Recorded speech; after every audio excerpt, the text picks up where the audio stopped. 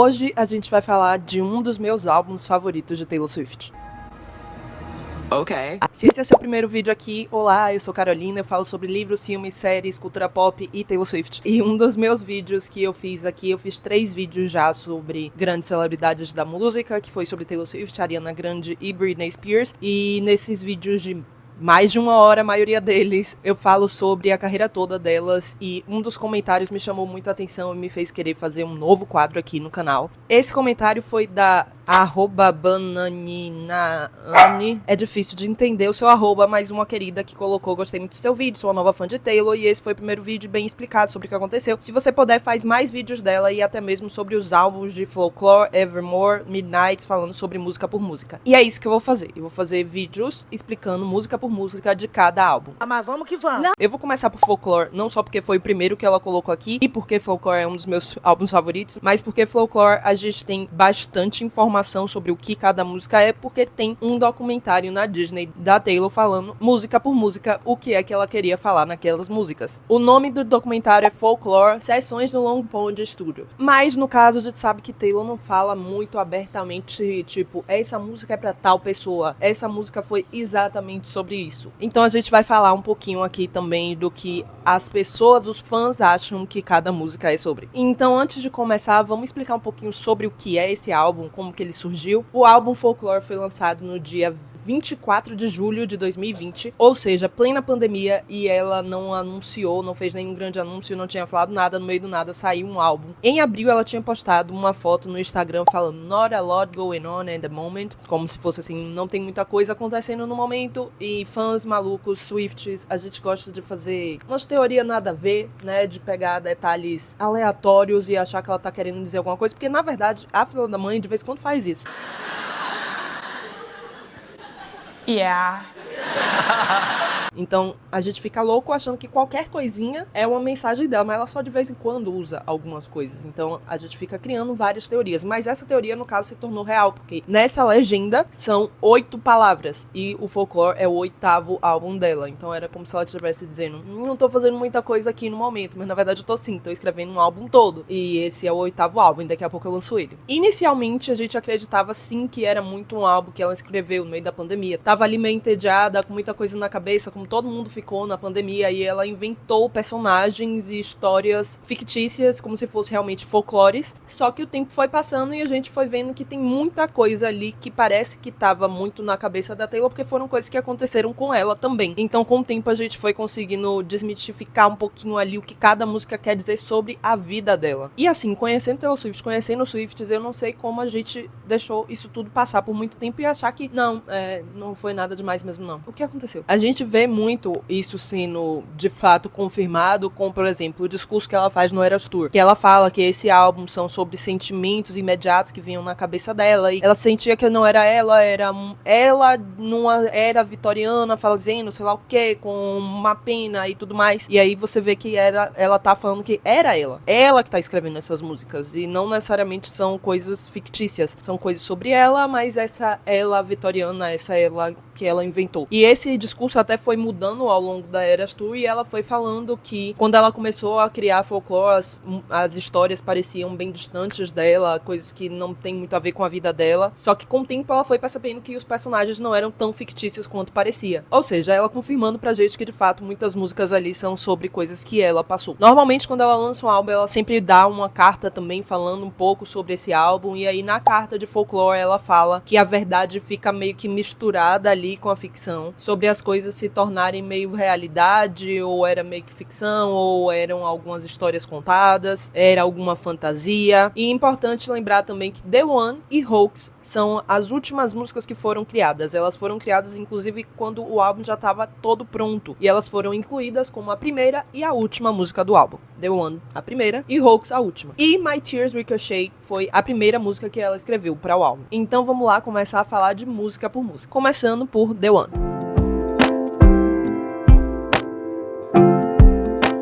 Eu acho que em 2023, ou foi agora, 2024, The One foi a minha música mais escutada no Spotify. Então, assim, eu acho que eu gosto um tanto dessa música. Como eu disse, The One foi a primeira música gravada para o álbum, além de ser a primeira música no ato de Folklore no Eras Tour, pelo menos por um tempo, e esse tempo sendo o que foi gravado para ir para o Disney Plus. Então, o que a gente tem em streaming é a música The One, que começa o ato de Folklore. Mas, antes de ser The One, a música que abria o ato era Invisible String. E essa mudança aconteceu logo depois que foi anunciado o término da Taylor com o Joe Alwyn. Invisible String é meio que uma música que a gente vai falar um pouco mais dela, mas é uma música que mostra como ela sempre esteve linkada com essa pessoa, sempre teve uma linha invisível entre ela e essa pessoa. E The One é basicamente sobre ela falando pra essa pessoa que ela queria que ele fosse o único na vida dela, que ele fosse o amor da vida dela, né? Então, muita gente especula que, de fato, The One era pra Joe Alwyn, porque eles terminaram e ela queria que ele fosse o amor da vida dela. Ele, aparentemente, não é o amor da vida dela. E a gente que é fã de Taylor Swift sabe que, durante Folklore, Evermore e Midnights, pelo menos no início ali, no lançamento de Midnights, eles ainda estavam juntos em todas essas eras, desde Reputation até Midnights.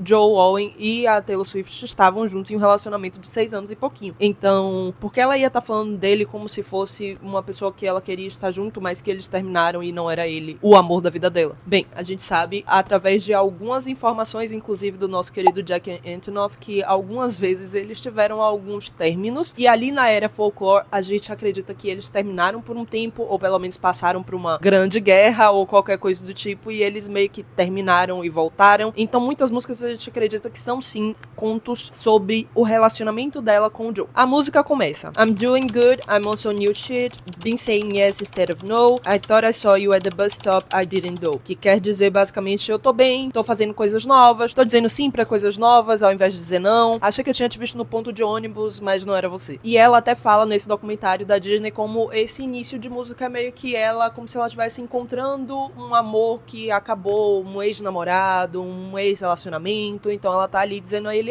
como é que você tá? Tô bem, tô criando coisa nova, né? Achei que eu tinha te visto outro dia, mas não era você. Alguma coisa assim. E essa parte da música, ela é muito fácil de você se identificar também, porque todo mundo que já passou por um término sabe que a gente termina um relacionamento, principalmente se são relacionamentos grandes, assim como o relacionamento dela de 6 anos com o Joe Alwyn, como você começa a dizer sim pra qualquer coisa. Você quer experimentar qualquer coisa nova. Andar de patins. Eu vou pra barzinho tal. Eu vou pra uma viagem que eu nunca pensei que eu ia fazer. Quando você termina, você normalmente tá nessa fase aí. I guess you never know. And if you wanted me, you really should show.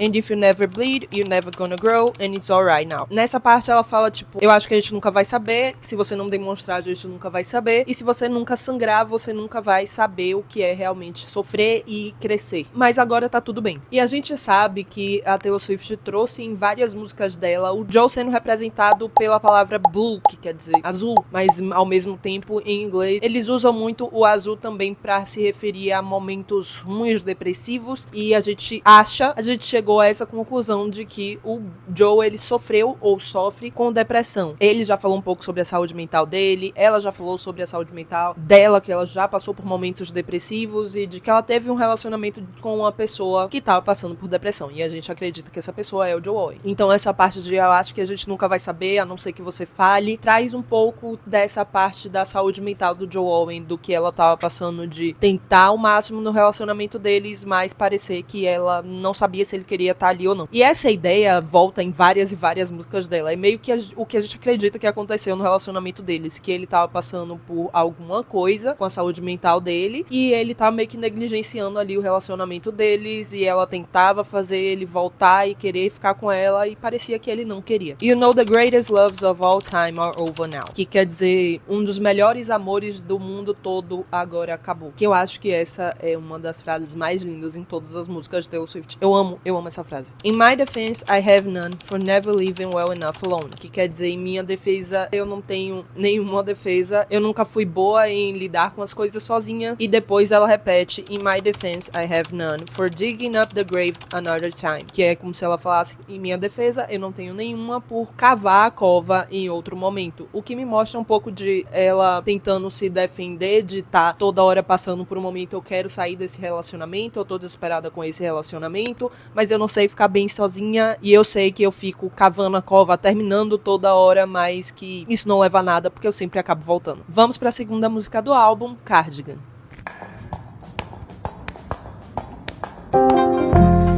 Isso é pra você. Você sabe quem você é. Eu te amo. Isso é o que Taylor Swift falou no início dessa música em uma apresentação no Eras Tour. Quem fez algo parecido, na verdade parecido não, igual, foi o Matt Healy em uma das músicas que ele tava cantando no show dele. Uma das músicas que todo mundo acredita que ele tava ali falando com Taylor Swift. E ela estaria falando com ele. Oi, quem é Matt Healy? Se você não conhece esse cantor, ele e Taylor Swift têm meio que uma história desde 2014. De idas e vindas e de fretes e não fretes, e eles estavam juntos ou se não estavam juntos. Enfim, ele é o cantor da banda 1975, eu acho que esse é o nome. Bem, se você quer saber um pouco mais sobre ele, no meu vídeo sobre a Taylor Swift, tem falando sobre todos os álbuns dela, assim, bem rápido, e todos os relacionamentos mais sérios dela, bem rápido também, então dá pra encontrar algumas coisas lá também. E a gente acha que essa música, por conta disso, pode ter alguma coisa a ver com o Matt Healy. Quer dizer, por que ela ia escolher falar isso bem antes de começar a cantar Cardigan? E Cardigan, na verdade, faz parte de um trio de músicas, porque Cardigan, Betty e August são músicas sobre um triângulo amoroso, como se cada uma fosse a visão de cada um deles. E esse triângulo amoroso faz a gente ficar bem confuso, porque que diabos são essas pessoas, né? Não é possível que sejam pessoas completamente inventadas. A gente não compra essa ideia, Taylor. E bem, a gente tem a Betty, o James e August, que a Taylor, nesse documentário, fala que ela vê ela como se uma pessoa chamada Augustine. Então, a gente vai chamar ela aqui de Augustine. São esses três adolescentes que, na verdade, a Betty e o James namoravam. E aí tem aquelas férias de verão, que é normal nos Estados Unidos as pessoas viajarem pra outro lugar. E, aparentemente, o James começou um relacionamento com a Augustine nessas férias de verão. E depois, quando ele voltou pra casa, a Betty ficou sabendo de tudo. E ele tentou conseguir ela de volta, porque ele era completamente apaixonado pela Betty. E só foi um momento ali de fraqueza dele, vamos dizer assim. Mas o negócio é que Augustine se apaixonou de verdade por ele, e a Betty, pelo que a Taylor diz, fica com ele no final. Ela gosta de acreditar que eles ficaram juntos no final. Bem, quem criou eles foi ela, então eles ficaram juntos no final. Muitos fãs especulam que August pode ser por conta do desenvolvimento ali do Joe Owen com a Alison Oliver, que é uma atriz que fazia com ele Conversations with Friends, que era uma série que o Joe fazia e que pareciam ter rumores que ele e essa Alison ficaram mais íntimos do que o necessário, mas na minha cabeça eu acho que pode fazer sentido se a Taylor for o James. Acompanha aqui, o James seria a Taylor, o Matt Healy seria a Augustine e a Betty seria o Joe Owen. Então a Taylor e o Joe Owen estariam nesse relacionamento, e a Taylor gostaria de estar em um relacionamento com o Matt Healy, porque ele encantava ela, e como a gente vê muito no novo álbum dela, não houve nada, aparentemente, até ela e o Joe terminarem pra ela ficar com o Matt Healy. Mas ela já pensava bastante em acontecer alguma coisa antes deles terminarem. Don't think about it, don't think about it, don't think about it. Então acho que pode ter sido uma história de ficção ali no meio, a partir de que eu sonho, eu quero, toda hora eu penso, quando eu brinco com meu namorado, toda hora eu penso nessa pessoa. E aí, se fosse um triângulo amoroso, que na verdade essa pessoa acaba traindo de verdade, porque alguém tratava ela melhor e ia proporcionar tudo que ela queria, mas no final das contas ela acabou voltando com essa pessoa. Então meio que tipo, todos os momentos que ela tava mal com o Joe, ela pensava no Matt Healy, mas no final das contas ela acabou ficando com o Joe mesmo. Não sei, é uma teoria, é o que fica na minha cabeça, eu acho que é a que mais faz sentido. E bem, Cardigan fala sobre uma pessoa que meio que resgatou a outra quando ela tava em um momento terrível. Até porque nessa música ela fala: And when I felt like I was an old cardigan under someone's bed, you put me on, said I was your favorite. Que quer dizer, quando eu tava me sentindo mal, como se eu fosse um cardigan velho embaixo da cama de uma pessoa, você veio e me vestiu como se eu fosse o seu cardigan favorito. E aí eu acho, na minha cabeça, que tem umas coisas que dá pra dizer que talvez tenha sido do Matt Healy, sim. Porque a gente sabe que Taylor pega coisas de uma música que foi sobre uma pessoa,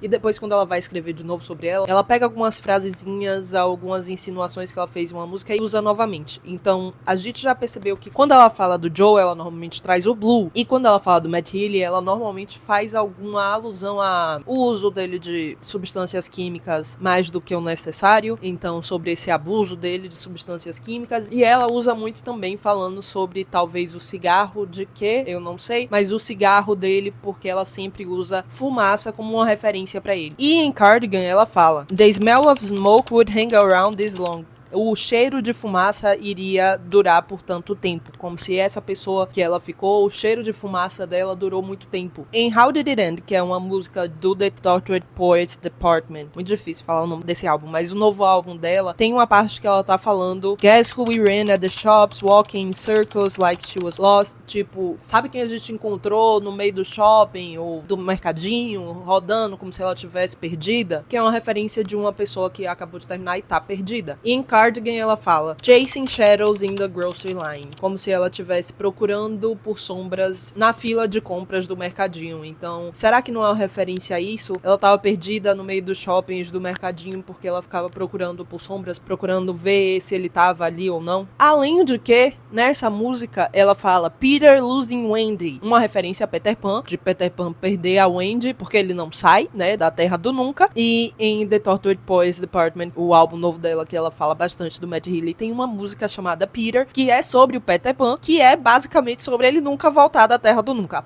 Eu tenho certeza que essa música é pra Matt Healy, tudo bem que ela deixou muito claro no início daquela apresentação, mas compreendem como eu acho que essa teoria na minha cabeça faz sentido. Vamos passar pra terceira música do álbum, The Greatest American Dynasty.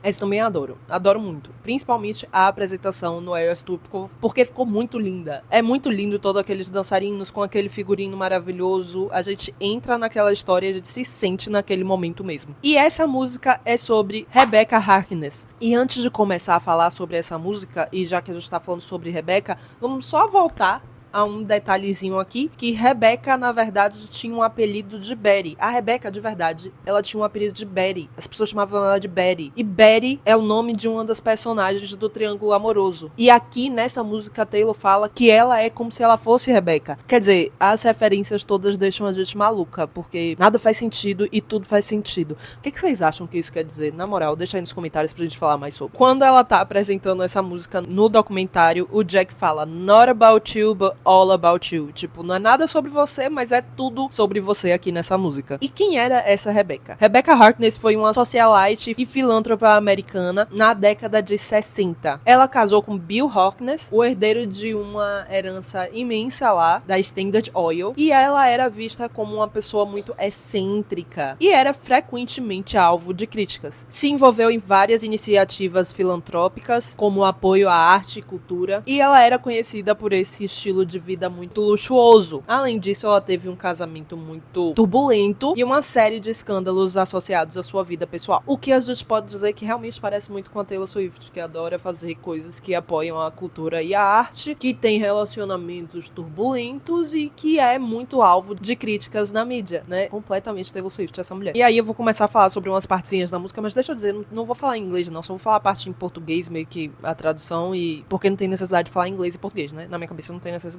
Lá se vai a última grande dinastia americana. Quem sabe se ela nunca tivesse aparecido o que poderia ter sido. Lá vai a mulher mais louca que a cidade já viu. Ela se divertiu bastante estragando tudo. E aí depois ela repete meio que essa parte no final, que é muito maravilhoso. Ela falando, 50 anos é muito tempo. A casa de férias permaneceu silenciosamente naquela praia, livre das mulheres, com loucura, seus homens e hábitos ruins. E então ela foi comprada por mim. Quem sabe se eu nunca tivesse aparecido o que poderia ter sido. Lá se vai a mulher mais escandalosa que a cidade já viu. Me diverti bastante estragando tudo. E essa referência à casa é porque a Taylor Swift comprou a casa da Rebecca em 2015. Então é meio que uma música falando sobre essa figura conhecida, essa celebridade, que era muito escandalosa na década de 60 e que a Taylor se vê muito nela, porque a vida toda dela é um grande circo pra mídia e todo mundo tá sempre falando de todos os escândalos dela. E ela tomou pra ela que, ok, se vocês querem me tratar como a Rebecca, eu sou isso tudo e eu tô me divertindo muito estragando tudo e sendo essa pessoa problemática. E eu amo essa música porque tem um gritinho de Mad Woman, que é uma coisa que a Taylor traz em várias músicas de um pouco de raiva feminina. Eu adoro. Vamos passar pra música 4, Exile.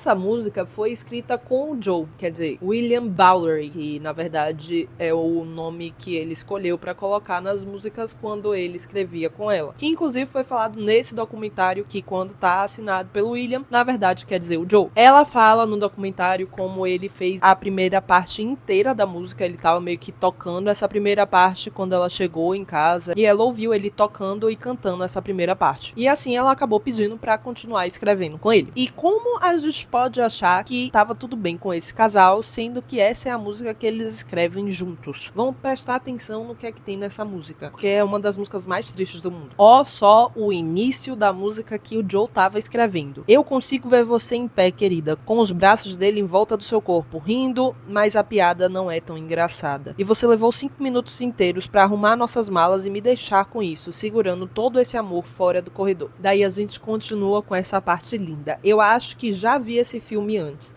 e eu não gostei do final. Você não é mais a minha terra natal, ou tipo, meu porto seguro. Então o que é que eu tô defendendo agora? Você era a minha cidade, agora eu estou em exílio vendo você partir. Segunda, terceira e centésima chances, se equilibrando em galhos quebrados. Aqueles olhos somam insultos à ferida. De novo, essa parte tem dizendo eyes, e a gente sabe, como eu já disse, que a Taylor traz muito blue pra falar do Joe, não só por conta da depressão, talvez, mas porque blue é a cor dele, até porque os olhos dele são azuis. Todo esse tempo nós sempre andamos em uma linha muito frágil. Você sequer me ouviu. Você nunca deu sinal de aviso. E de novo a gente vai ver em várias outras músicas como ela traz essa ideia de que ele não demonstrava que ele queria ficar com ela, ele não dava sinais de que ele queria estar com ela, eles estavam nesse relacionamento meio frágil. Então eu acho que essa música é sobre eles. Parece muito ser sobre eles. E é triste que eles escreveram juntos. É muito triste que eles escreveram juntos. Na minha cabeça é devastador. Vamos pra quinta faixa desse álbum, My Tears Ricochet.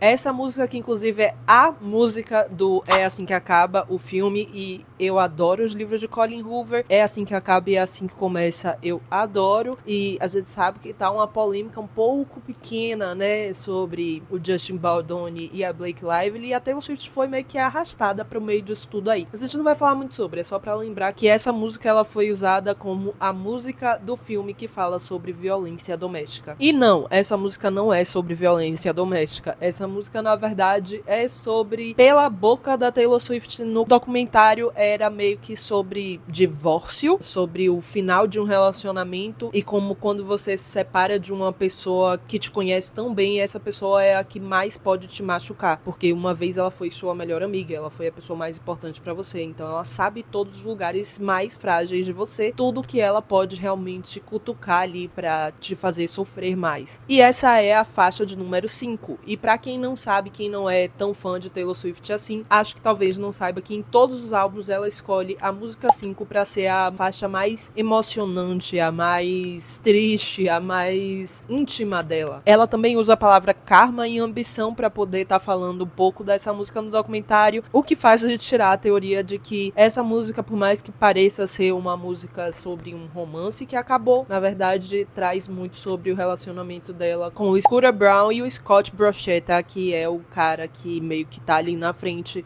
dessa gravadora que acabou dando um tanto de problema com a Taylor Swift, que fez os primeiros 6 álbuns dela. E a gente sabe que não é sobre um divórcio, até porque a Taylor Swift, ela escreve muito sobre coisas que ela presenciou e ela não presenciou nenhum divórcio na vida dela. Tipo, ela nunca se divorciou de ninguém, mas os pais dela são divorciados. Mas aparentemente o Scott e a Andrea, eles têm um relacionamento muito tranquilo. Eles não parecem terem tido um divórcio muito difícil, aquela coisa cheia de ódio, como essa música meio que retrata. Algumas pessoas falam que será que não é sobre o final do relacionamento dela com o Joe Alwyn, que é quase como um divórcio, um relacionamento de 6 anos. Ela falou bastante como ela queria casar com o Joe Alwyn, então meio que podia ter sido uma referência a isso. Eu realmente não acredito. Eu acho que é só realmente ligado ao Scooter Braun e ao Scott Borchetta. Toda a história dela com a gravadora. Pelo menos na minha cabeça é isso, mas deixa aí nos comentários sobre o que você acha que essa música é. Mas bem, na música ela fala como se fosse um enterro dessa pessoa que estava nesse relacionamento que foi destruída pela outra, tanto que começa: nós nos reunimos aqui, fazemos fila, choramos em uma sala iluminada pelo sol, que é meio que falando como se estivesse num funeral. E se eu tivesse em chamas, você também se transformaria transformará em cinzas. Mesmo no meu pior dia, será que eu mereci, querido? Todo o inferno que você me fez passar, porque eu te amei, juro que te amei, até o último dia da minha morte. Não consegui ir embora graciosamente,